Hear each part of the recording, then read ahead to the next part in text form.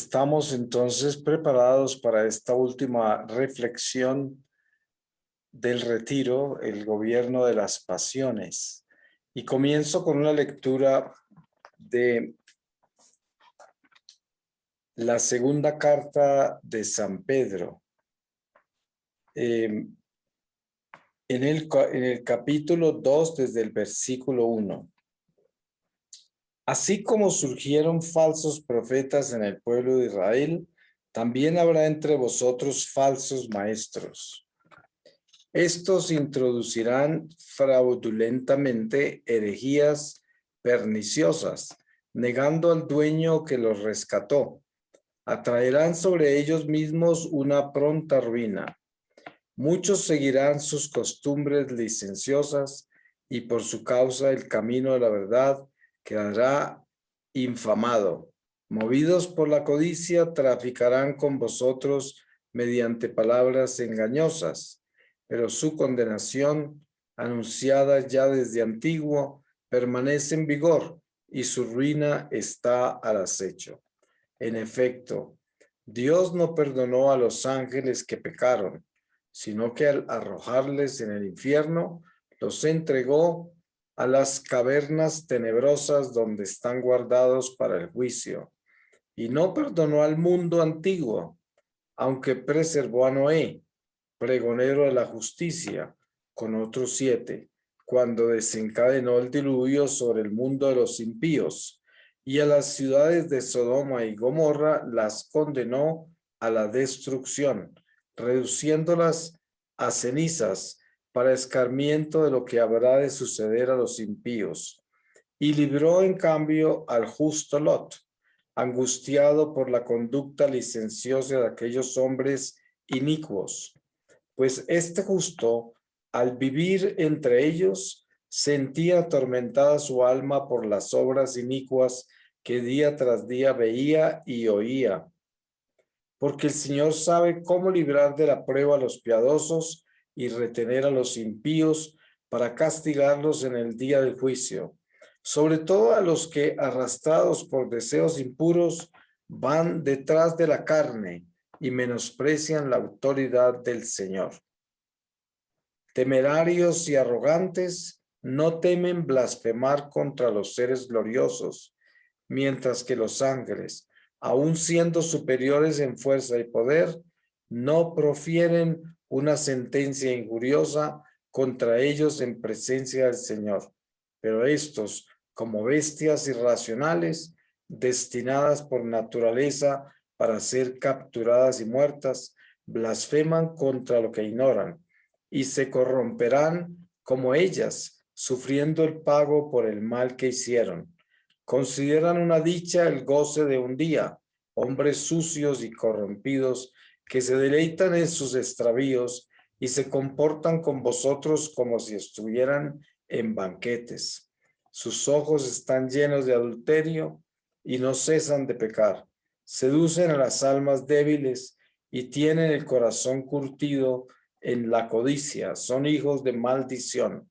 Abandonaron el camino recto y se extraviaron siguiendo el camino de Balaam, hijo de Bosor, que amó el pago de la iniquidad, pero fue reprendido por su transgresión. Un jumento mudo, hablando con voz humana, impidió la insensatez del profeta. Esos son fuentes sin agua y nieblas arrastradas por el huracán, a quienes está reservado el infierno tenebroso, hablando palabras hinchadas de vanidad y provocando concupiscencias carnales y licenciosas, seducen a quienes acaban de alejarse de los que viven en el error. Les prometen la libertad, siendo ellos mismos esclavos de la corrupción, ya que uno es esclavo de quien le ha enviado y quien le ha vencido. Son palabras delicadas y continué leyéndolas porque está exactamente en el lugar que debe con relación a esta reflexión del gobierno de las pasiones. San Pedro, pues, tiene estas dos cartas y nosotros podríamos gastarnos la vida entera leyéndolas y aprendiendo de ellas cada vez que las leemos, porque son de una sencillez y de una profundidad, de una firmeza extraordinaria. Dejaría de ser San Pedro, no la roca. Y todos nosotros conocemos las pasiones que se despiertan en nuestro ser, y especialmente, pues, las pasiones son un complemento natural de nuestro ser humano, y ellas, bien administradas, son poderosísimas, porque vivir con pasión es tener eh, esa fuerza que nos lleva, por ejemplo, la pasión de amar a Dios. Es una pasión hermosa, una pasión santificante. La pasión de ayudar, ayudar con pasión. La pasión de desear la conversión de todos. Esos son más que deseos, porque hay gente que tiene pasión por eso. Pero al mismo tiempo hay, como en todo, los desórdenes, ¿no? Porque todo está bajo la misma ley. O se armoniza o se desarmoniza. Todo está en armonía o en desarmonía. No hay nada en la mitad, ¿cierto? Y por eso o está la pasión gobernada o está desordenada. Y una pasión desordenada, por ejemplo, la ira, a usted pierde la paciencia y se llena de una pasión desordenada.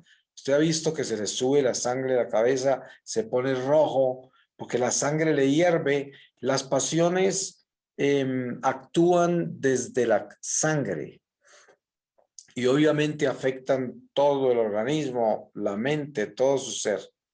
Y obviamente impactan el alma, por lo tanto afectan el espíritu, tienen consecuencias. Nosotros somos un ser que tenemos un ser espiritual y un ser carnal, que es el mismo ser, pero que tiene todas estas cualidades.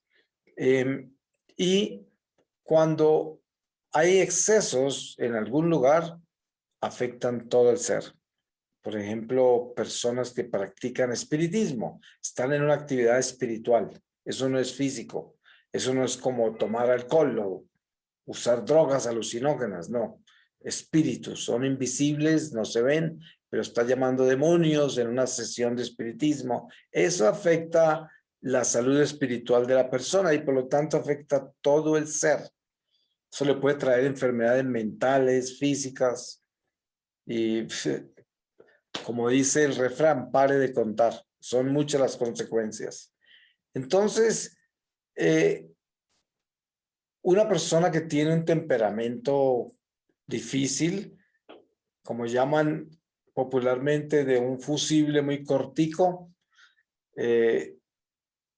tiene que tener mucho cuidado, porque precisamente cuando uno pierde la paciencia fácilmente, está sujeto a cometer muchos errores. Primero que todo, pues va a hacerle daño a toda la gente que vive alrededor. Va a herir mucha gente, va a hacer daño y se va a hacer daño a sí mismo, a su alma, a su vida. Es un defecto muy grave, ¿no? Obviamente que hay situaciones de salud mental que llevan a las personas a tener esas reacciones de impaciencia y por lo tanto actuar con una pasión desordenada por alguna situación que es menor, ¿no? Porque no es significante. Sin embargo, para una persona que tenga problemas mentales, emocionales, cualquier cosa les puede llevar a un extremo. Pero una persona que la consideramos normal, por decir así,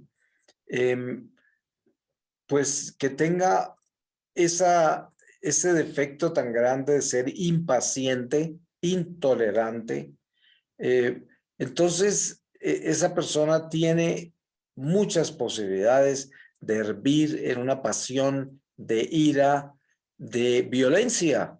Incluso la pasión violenta mata. Hay mucho muerto causado por una pasión violenta. Se hierve esa sangre y se llena de odio y apasionadamente va y mata a otra persona. Ustedes se dan cuenta que es muy común que hayan asesinatos entre personas que practican impurezas ya desequilibradas, desenfrenadas, ¿no? Hay muchos niveles de impureza y hay impurezas animalísticas, ¿no? Entonces hay mucho crimen pasional, lo llaman, mucho crimen pasional. En una oportunidad en Los Ángeles, California, allá donde yo vivía, en una ciudad que se llamaba West Hollywood, se llama así, estaba yo tanqueando mi carro en una bomba de gasolina, en una estación de gasolina, y al lado había un edificio que estaba habitado por hombres homosexuales. Y de pronto vimos a un hombre que estaba gritando hacia arriba para que le abriera su compañero, su amante, como se llame. Pero resulta que el amante estaba con otro. Y entonces este hombre, desesperado, se vino y se echó, le quitó la manguera con que estaban sirviendo gasolina a uno de los carros y se la echó, se bañó en gasolina, se fue corriendo hacia el edificio y se encendió. Y se fue corriendo por todo ese edificio y lo quemó. Cuando menos pensamos, estaba ese edificio en llamas. Y todo porque era un crimen pasional, ¿no? Él llegó y mucha gente se quemó ahí, el edificio entero se quemó y obviamente esa pareja como que se quemó, yo no sé, pero eso fue lo que es típico de un crimen pasional, que dicen, ¿no? Como cuando el esposo encuentra a la esposa con otro hombre y mata a los dos, y luego se mata a él. Y quién sabe cuántas cosas suceden así con pasiones de ese nivel. Y ya ustedes imaginarán, uno puede observar las pasiones en muchos niveles, porque se necesita la pasión para actuar con entusiasmo, con interés, con inspiración. Por ejemplo, un cantante que cante con pasión, eso se ve mucho en la ópera. Se ven, en muchos cantantes tienen mucha pasión al cantar y es una pasión muy buena, es muy creativa, tiene buenos frutos. Lo mismo el poeta, lo mismo el pintor, el escritor. Sí, el arte en sí trae esa posibilidad de desplegar pasiones en diferentes niveles y crear con esas pasiones. Eh, pero des en cuenta que en la música misma y sobre todo la música moderna ocurren pasiones desordenadas, ¿no? Hay música que, por ejemplo, en los años 60, Inglaterra fue un líder de música rock. Es más, en Estados Unidos hubo un ciclo que se llamó The Rock Invasion, The British Invasion, la invasión de los británicos. Y eran cientos de bandas de rock and roll que venían de Inglaterra, que nació con los Beatles primero, ¿no? Y detrás de ellos se fueron cientos de bandas. Y eran muy apetecidos en los Estados Unidos en los 60s. Y de pronto, después de todas estas bandas, que eran bandas que llevaban, escribían como muy inteligentes historias y era un poco, era más, como tenía más fondo, más creatividad y era más poético y había unas historias unas líneas históricas en la letra interesantes, hasta el punto que se han inmortalizado muchas de ellas, ¿no? Canciones de los 60. Para muchos era una música estruendosa, para otros, pues yo viví esa época como adolescente, entonces era como la música de mi adolescencia. Pero también después llega el fenómeno de los punks, y los punks llegaron a un extremo, ¿no? Que era ya la violencia, y los punks rompían los instrumentos y escupían el público y les daban con los instrumentos a la gente y había sangre y había violencia y muchos iban a la cárcel y hubo asesinatos de todo. O sea, eso ya es una pasión artística desordenada. Ahí no hay un gobierno de esas pasiones, ahí se salió de sus casillas, de sus rieles, y tenemos es un descarrilamiento total. Esa es una pasión desenfrenada. También nació música que empezó a entrar en el satanismo, ¿cierto? Hay algunas áreas de la música metálica que se metió al satanismo. Entonces, por ahí también van unas pasiones ya espirituales que están buscando experiencias oscuras, que también van desordenadas ya y se meten en la oscuridad con pasión. Y se nota y se proyecta con la música. Obviamente que en la literatura también, porque dentro de el efecto de los beatniks de Inglaterra, que eran excéntricos, se vestían de negro, se maquillaban de blanco toda la cara, y eran poetas y hablaban del suicidio y glamorizaban el suicidio y la marihuana, etcétera. En Latinoamérica se conoció como el nadaísmo, que era el nada. Y todo esto llevaba unas pasiones desordenadas, porque imagínese una poesía que lleva a invitar al suicidio, y mucha gente se suicidó, mucho joven, con esos poemas. Dice, después de terminar este cigarrillo de marihuana, ya cerraré mi vida, la culminaré. Y muchos lo hacían y obedecían a eso, se suicidaban. Esto es un desorden ya pasional, ¿no? Es una pasión que se desbordó. Hay personas que tienen obsesiones, por ejemplo, con los celos.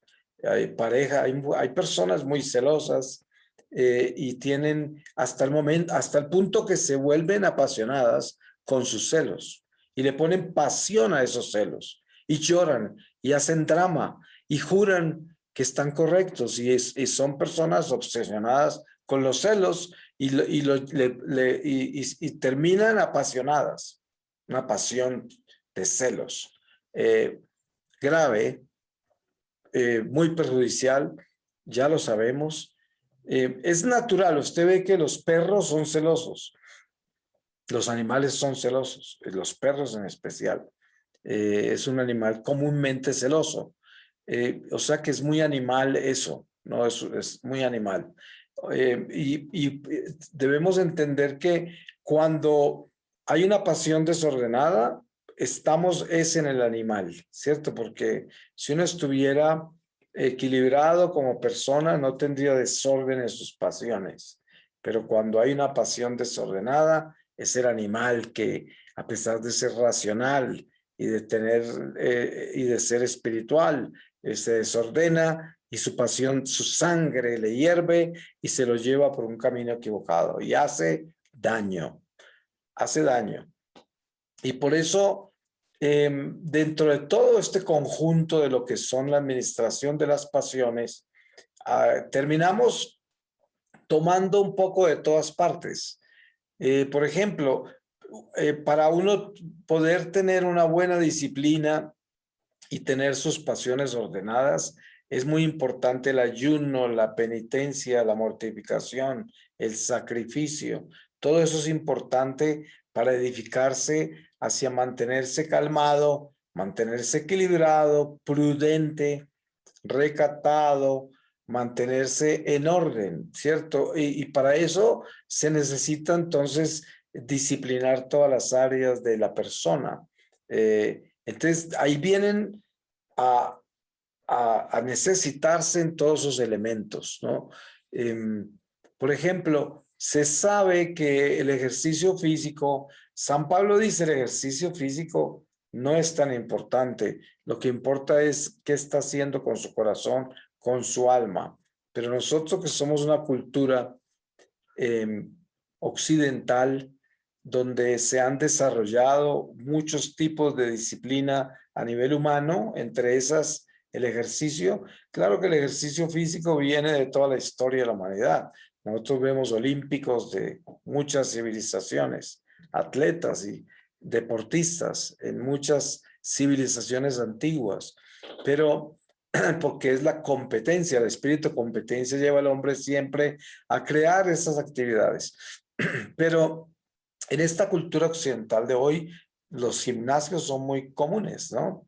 El ejercicio es una disciplina que ha nacido en esta civilización, en esa forma que la presento como de gimnasio y muchos deportes de ese estilo, que no necesariamente son competitivos, sino que son ayuda corporal a la gente para su salud mental y física.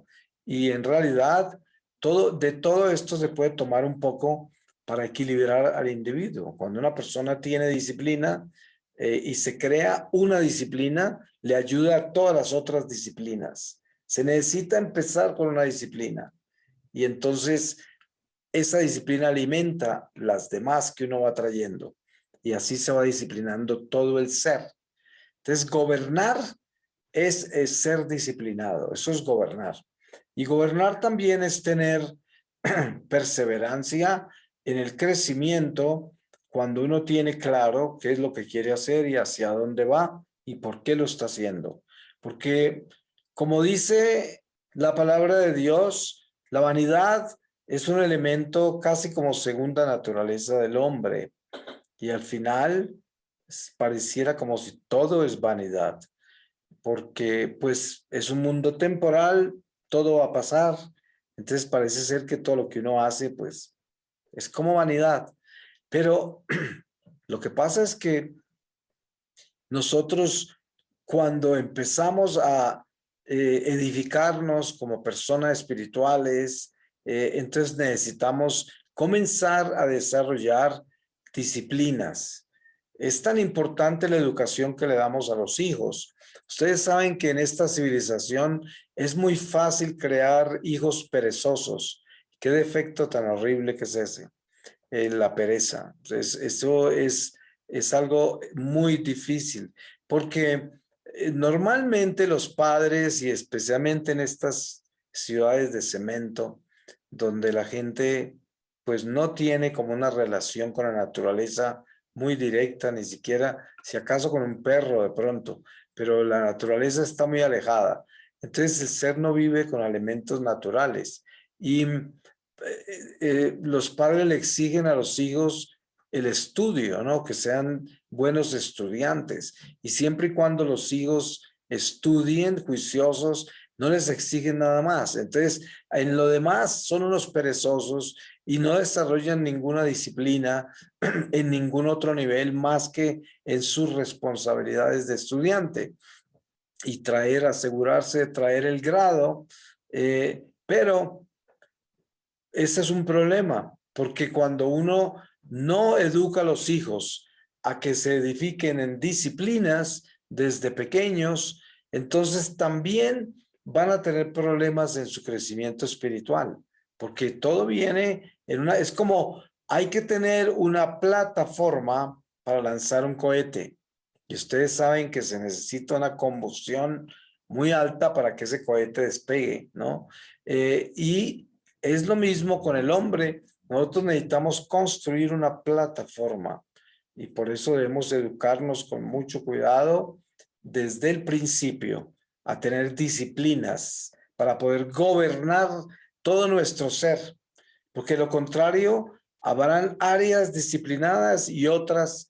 Es como, a veces es muy común que uno entra a visitar una familia y le muestran el cuarto del hijo que está en la universidad y es un desastre de habitación, parece una selva. Y la mamá dice, es que mi hijo es como medio genio, ¿no?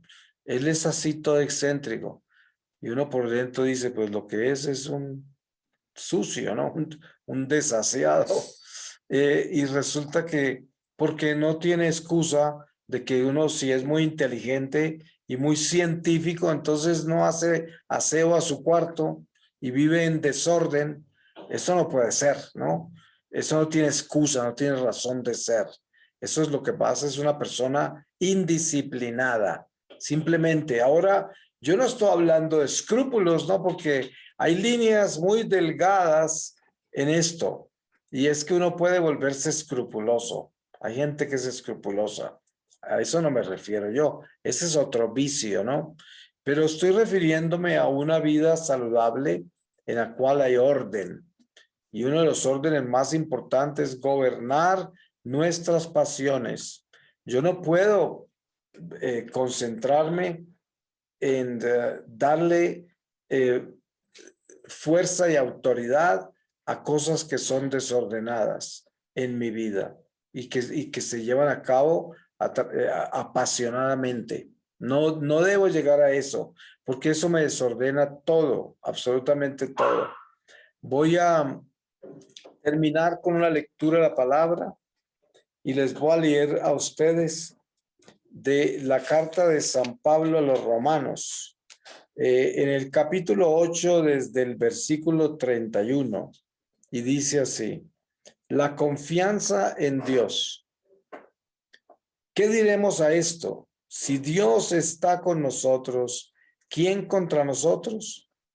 El que no perdonó a su propio Hijo, sino que lo entregó por todos nosotros, ¿cómo no nos dará con él todas las cosas? ¿Quién presentará acusación contra los elegidos de Dios? Dios el que justifica. ¿Quién condenará? Cristo Jesús, el que murió, más aún el que fue resucitado, el que además está a la derecha de Dios, el que está intercediendo por nosotros. ¿Quién nos apartará del amor de Cristo? ¿La tribulación o la angustia, o la persecución, o el hambre, o la desnudez, o el peligro, o la espada? Como dice la Escritura, por tu causa somos llevados a la muerte todo el día. Somos considerados como ovejas destinadas al matadero. Pero en todas estas cosas vencemos con creces gracias a aquel que nos amó, porque estoy convencido de que ni la muerte, ni la vida, ni los ángeles, ni los principados, ni las cosas presentes, ni las futuras, ni las potestades, ni la altura ni la profundidad, ni cualquier otra criatura podrá separarnos del amor de Dios que está en Cristo Jesús, Señor nuestro.